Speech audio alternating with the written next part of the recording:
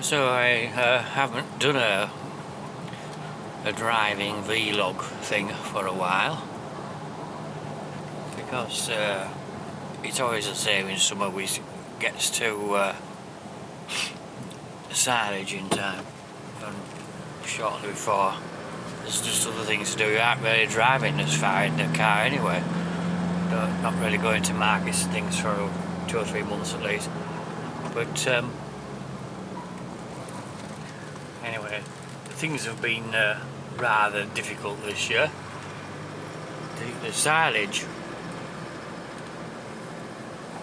was a case in point, although it wasn't, in the end we got it quite well, to be fair. But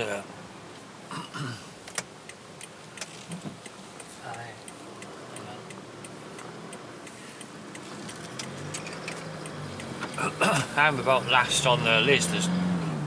It's always a bit flexible because it just depends where they're near for other people, and usually that works out fine because some of my fields, especially up that lane there to the left, have sheep in them until the start of May, kind of coming down, and get to the cattle before in May.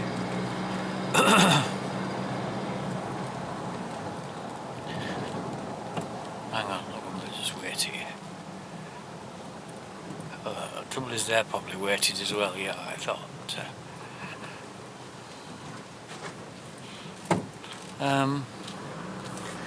Now, what was I saying about silage? Right, so it was, we usually sort of aim for middle of June until the longest day, for something like that week-ish. But I'm glad we couldn't have been doing it anyway because it was too. We had an extremely wet day or two, and that's been the pattern earlier this summer. Relative, like now, it's like gloomy and somewhat damp, not actually raining. But in between periods like this, we've had like torrential rain or frequent heavy rain. So it hasn't really been good for doing anything. But anyway, we got the silage done around about the 25th of June, and the pit is very full, and it's quite good silage. There's not really any problem with it. It's a bit over mature, but for suckler cows it's perfectly alright.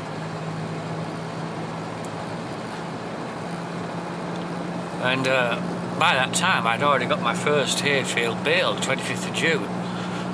But would you believe it's the 22nd of July, and I've only just got that in because, to be fair, I baled it and it was supposed to go to be showered or going to be sanded, so I probably baled it the day before you might ideally have done. But it was fine. It just really didn't want bringing in for a week or so, just in case also on bale was a bit damp. So in that time we had the silage to sheet, and there was 3, 4 other fields, the smaller ones, were nearly ready to bale. But then it started to turn increasingly unsettled, so there was like drizzly showers, in fact not unlike it is here today. But mainly it was extremely windy. We had gusts of 50 miles an hour. So for this was over about 3 days when it might have baled, except you couldn't row it up. Because you just could not touch it as it would be off of the field as it was. Without being touched, a lot of it blew away up the field. And some of it's in the top wall. And of course you get like bits with very little hay on, and other bits have loads on. They won't stop, will they? There's a good passing place there.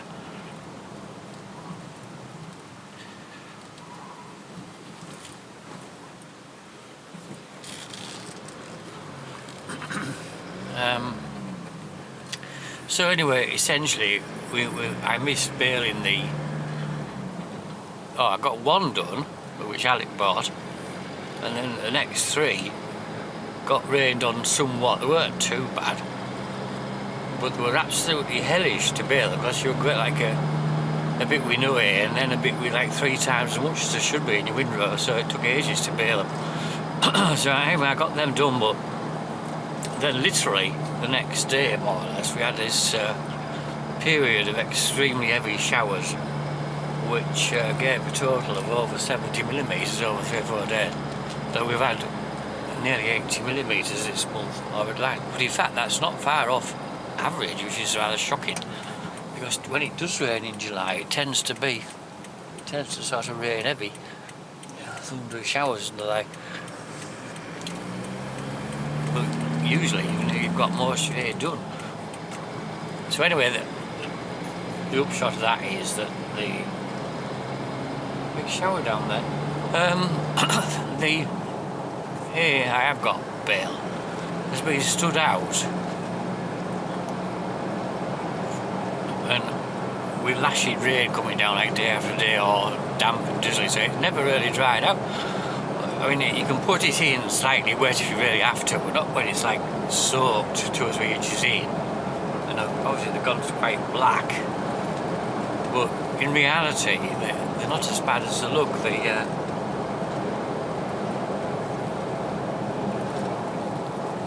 The outside of the bale looks black, and I think the worst part is actually where they've been stood on the wet ground, because that's sort of mouldy.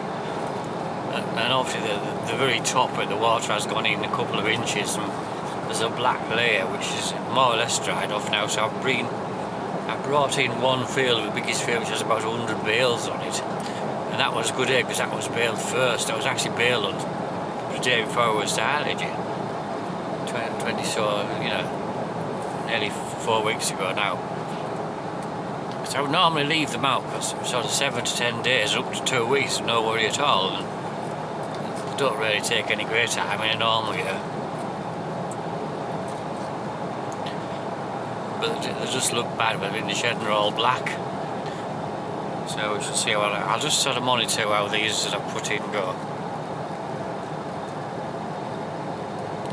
I don't really anticipate any problems, but they probably will smell a bit funny. And anyway, I've got 2 big fields left to bale. One of them, it's been really weathered, but it's not like gone black, so I'm planning to bale that up for bedding, essentially. It's going to go in the straw shed, the bedding shed. And there isn't even all that much on that one. It was a bit light when I cut it, but we've been stood out for like nearly 3 weeks, certainly more than 2 weeks. That's only, it's sort of broken up to, some of it's stuck to the bottom. But anyway, that's practically ready to bale. It would have baled today if it hadn't been like this.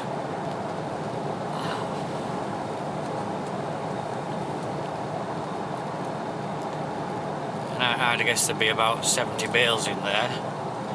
And then the field next to that is still, it was only just cut a couple of days ago. And there's a lot of stuff on it. And it looks quite decent, because those fields, they were grazed by sheep until the first week in May, so they weren't particularly mature, or certainly weren't over mature.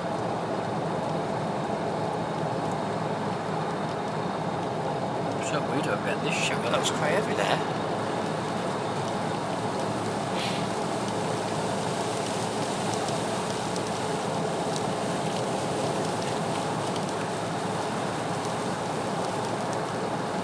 I don't particularly want to bring any more hay in until we've got this good stuff firstly baled up, and ideally inside next, because you don't really want your best hay at the front and some crappy stuff behind it.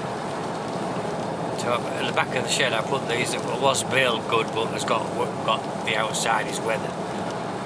Then what I've got still to bring in is a bit weathered and not as good, so I wanted the good stuff in next, ideally. It isn't even baled yet. So we're on a bit of a pause day, so I've been shopping and I'm just going down to get some more baler twine, because there's a lot of bales on that field, and like there should be enough. They're screwed up. When I ordered baler twine back in May probably, And instead of sending me 10 packs, they sent me 10 rolls, which is 5 packs. I wouldn't mind, but they did the exact opposite. Once before I ordered 6 or something and they sent me 12. So they're a bit pathetic really. Luckily they have it in stock, and I need to go for some fly repellent for the sheep as well really. I haven't put any on yet because we haven't really had the flies. But they're getting a bit naughty now, so I think it would be worth getting some. It's not particularly dear really, but I'll try some good lamb. And stop any getting maggots and give them an easier life.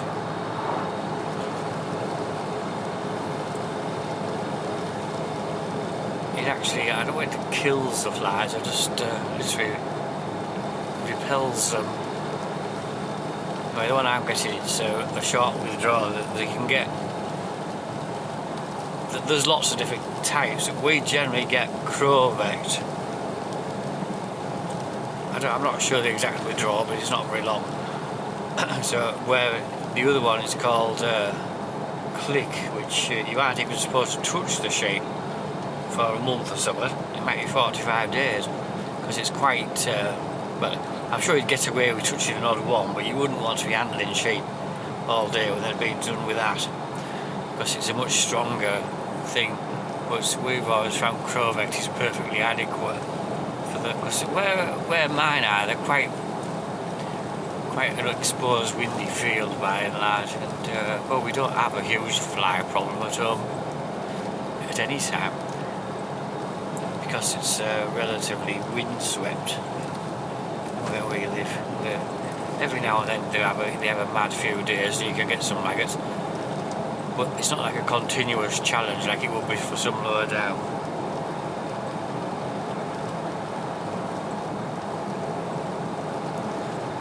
Oh, and then since the weather was a bit poor anyway, we decided, well, the timing was not really up to me, to be fair. We've been replacing the cubicle house roof, which is a major job because it's basically a lean-to shed, but quite a big one, and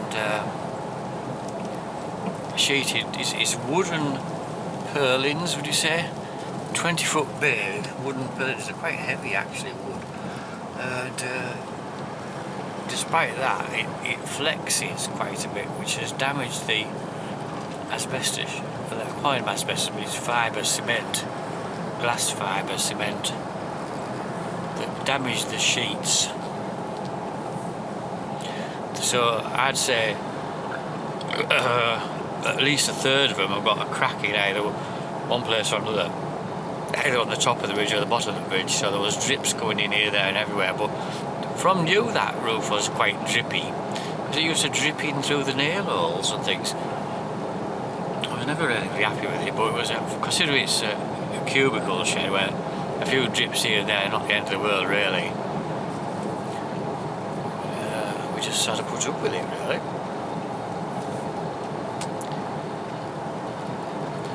But until not last winter, but the winter before, just at the start of winter, I think it was the last day of November, we had a big gale from the north which ripped off several sheets from the far end. Now, that was a relatively easy fix, but the trouble was those broken sheets cartwheeled over the roof and made several other holes. To be fair, again, there were most on the top of the ridges, so that it was raining in. There was really only one of those which made it raining quite badly.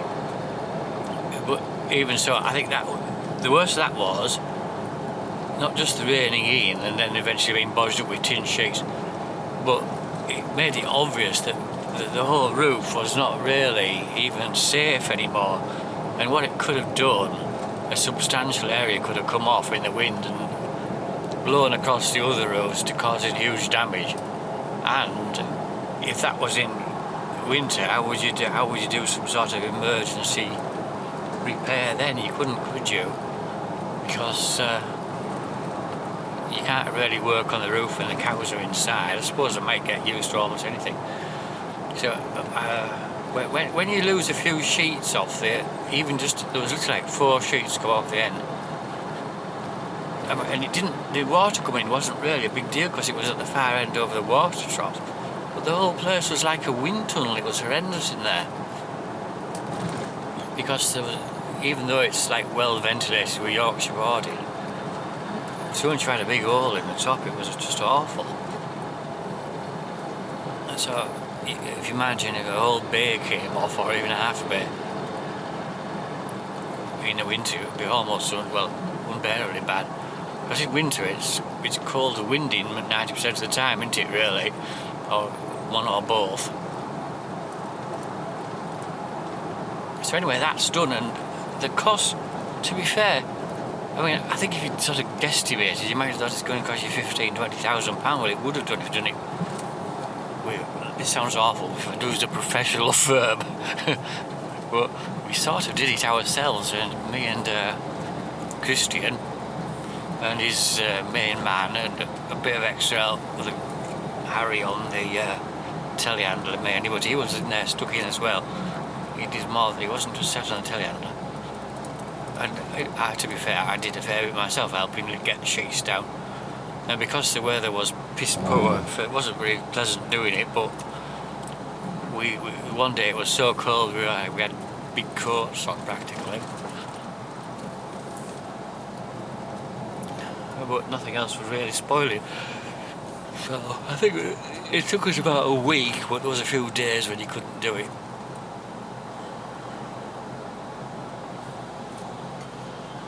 So a bit more than a week. Anyway, the total cost is no secret.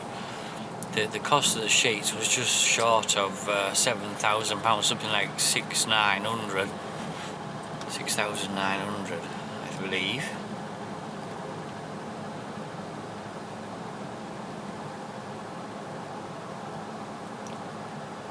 And that included VAT, so there's a substantial VAT reclaim on it. And then the cost of paying Christian and the other 2 guys was nearly the same again. Well, sorry, about well, anyway, it came to about 12,000. But there's still odd bits and pieces more to pay. I haven't paid yet, but I've got a bill for the guttering from Greens, which was I think it was nearly £1,000 to be fair, with all in. But again, there's VAT off that because we got one batch. It was 800 and something. Then he needed a few more brackets that didn't have in stock, but the soon came. And I think that was actually another 50. So about 900 and so much the total cost of the guttering and downpipes and all. And then for now, all the old sheeting is just more or less just stacked up. See, it's not asbestos. It doesn't have to be treated like nuclear waste, except I think it sort of does have to be treated like that, because I think the line is that they don't know. You can't easily tell what it is. So I understand that point, but I think we could break it up and use it for hardcore under a concrete or something like that. I haven't quite decided what to do. It's alright where it is just for now. It's just stacked up on a relatively... This was something that surprised me. I was like imagining an absolute mountain of it. But in fact it's... but it was the same in a way that the tin sheets we bought £7,000 worth of tin sheets. And it was just like 3 small piles. It didn't look a lot at all, but the asbestos, in inverted commas, it's the same really. It isn't stacked as neatly as the tin sheets were, but it hasn't made a massive pile. If it were in a corner of a yard, some nettles grew over it, so it wouldn't over there.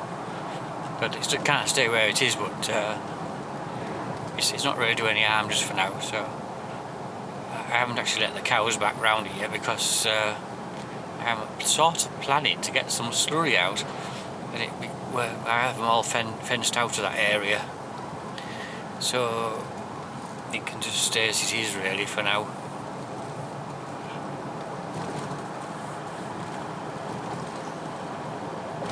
And I might get slurry out when I finally get on top of the hay. Some slurry out. Not quite sure where it's going, but we'll get some out. Because that's another problem there, where we didn't get much out of the spring at all. I think I had about 3 short days. I got it down about a third, and then we were stopped completely due to constant wet weather. And then the grass was too big. Quite a lot sowed in there.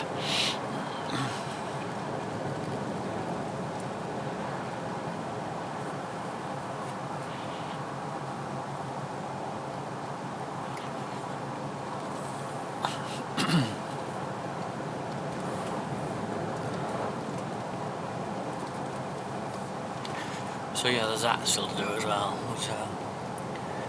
But, when we get this hay bale, there's about a week bringing bales in.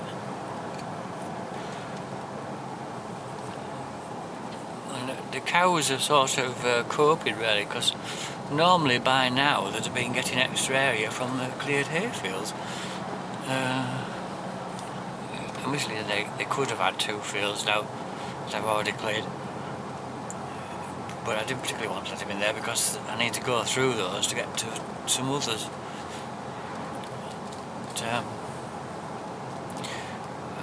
But, I mean, if there's a plus point of being so wet, the grass has kept growing quite well. Although I did have to go around with a bit more nitrogen, I might not have done otherwise.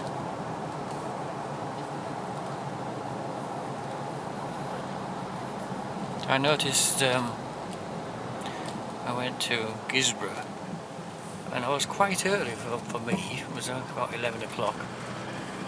I don't normally go shopping till after dinner, but I thought I'd go this morning. And God, it was busy everywhere, and it's because of school holidays. They've still got a huge tailback on the Gisborough Road due to roadworks. It says something about expected duration of works 8 weeks. I think they've had about more than that already, because there was something else going on, but I think before what they're doing now.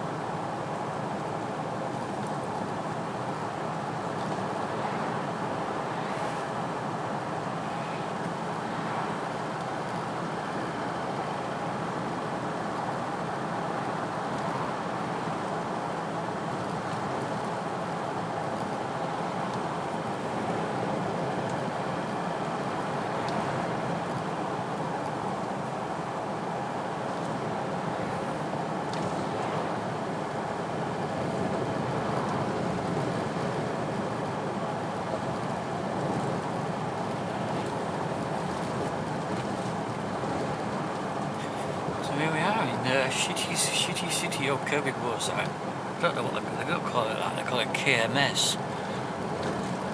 The KMS dudes.